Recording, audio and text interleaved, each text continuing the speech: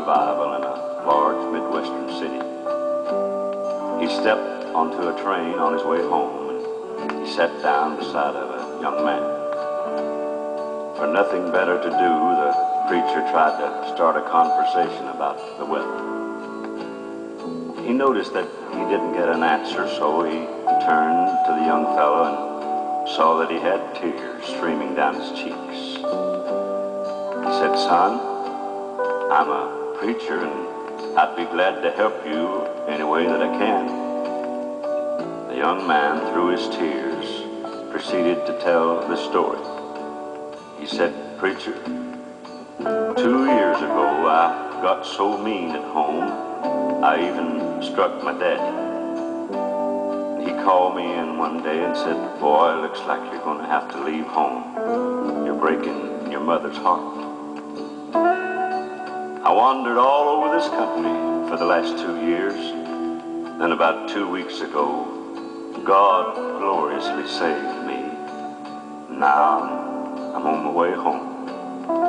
I wrote Mom and Dad and told them that I'd be on this train." The preacher said, "Boy, I sure am glad you got saved, but how do you know you're going to be welcome? How do you know that old Mom and Dad are going to be waiting with outstretched arms?" The young man said, "Preacher, we live beside this old railroad track and a little old house all of my life. And out behind the house is a great big old apple tree.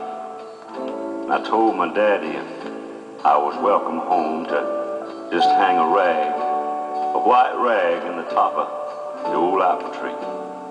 Then I'd know that I was welcome to get off the train. Preacher, we're almost there. I can't bear to look. Would you take a look for me?" And the preacher dusted off the window of that old train and looked out. And he had a great big smile on his face. And he said, "Son, you ain't got a thing to worry about. Why, that old apple tree is in full blossom. Why, there's white rags hanging all over it, from one end to the other. Would you look at that? Out under the apple tree, I see an old gray-haired Mom and Dad, standing there waving a big old white bed sheet, saying, 'Come on home, boy, come on home.' And you know, that's just like God.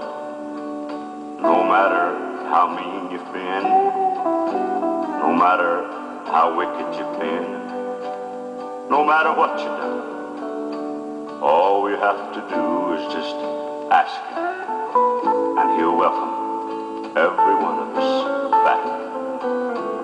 Each and every one of us back home."